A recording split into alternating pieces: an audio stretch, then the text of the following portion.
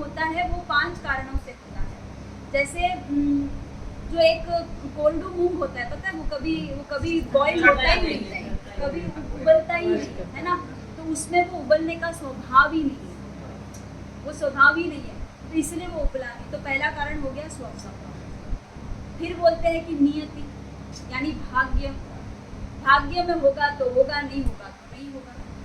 फिर बोलते हैं समय, सही समय आएगा तभी होगा, ठीक समय नहीं आए तो होगा ही नहीं, आप कितने हाथ पैर में मार लो, तो वो हो गया काल। फिर हो गया पूर्व संचित कर्म, पूर्व में किए हुए कर्म का फल उदय में आएगा तो होगा, नहीं तो नहीं होगा। और फिर अंत में आता है तो स्वभाव, नियति, काल, पूर्व संचित कर्म और पुरुषार्थ, ये 5 कारणों से कोई भी जिंदगी में आपके घटनाएं घटती हैं। कोई भी घटना के पीछे ये 5 कारण उपस्थित होंगे ही, ये परमात्मा की वाणी है। इन 5 में से एक भी एब्सेंट नहीं होगा।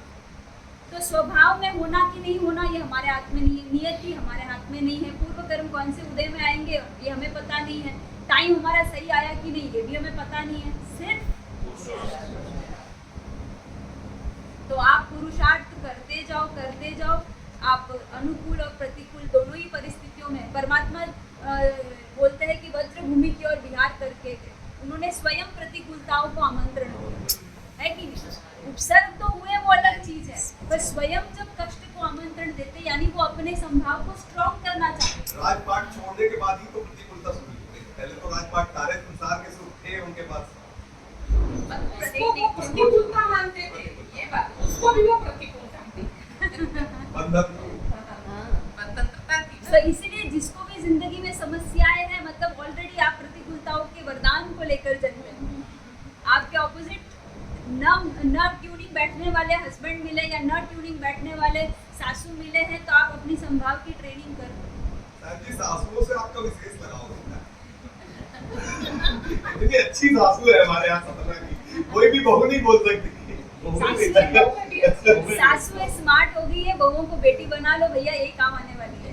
नहीं, आजकल बोलते भी एक लड़का लड़की की सास बहू की कुंडली मिला के ही प्यार करना चाहिए तो ओके होता है। सब जी ये बोलते हैं जैसे कि आत्मा का जो धर्म है, धर्म वही है जो आत्मा का स्वभाव है, ये एक्चुअली धर्म है, पर लोगों के मन में ये धारणा कि नहीं भाई अभी हम ये नहीं कर सकते, अभी हमारे बहुत सारे काम पेंडिंग है, बहुत कुछ करना है, पर उसको आप कैसे सरलता से गृहस्थ जीवन में रह के कैसे अपना सकते। धर्म की 3 व्याख्याएं हैं, धर्म की 3 व्याख्याएं हैं, ये 3 व्याख्याओं को समझ जाओगे तो सारी प्रॉब्लम सॉल्व हो जाएगी। पहली व्याख्या धर्म किसे कहते हैं, तो नैतिकता को धर्म कहते हैं, यानी मानवता जिसमें है, दया, करुणा, है ना, हिंसा नहीं करना, चोरी नहीं करना, ये जितने भी नैतिक मूल्य है, परस्त्री गमन नहीं करना, सप्त व्यसन नहीं करना, जो भी नैतिक जो है, लोक आचार जो है, लोक में जो जिसको मतलब सम्मान दिया गया है, वैसे आचारों का पालन करना वो धर्म कहलाता है।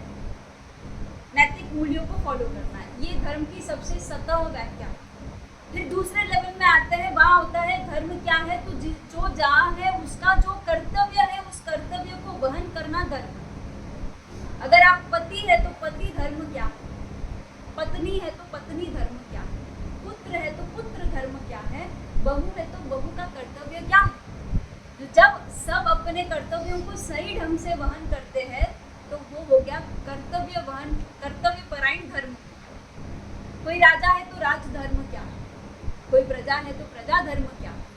तो जब कर्तव्य की बात आ जाएगी तो ये धर्म की दूसरी व्याख्या होगी कि अपने कर्तव्यों को पूरी तरह से जस्टिफाई करते हुए वहन करना। धर्म की तीसरी व्याख्या जब आएगी वो हो गया वस्तु का जो स्वभाव है वही धर्म।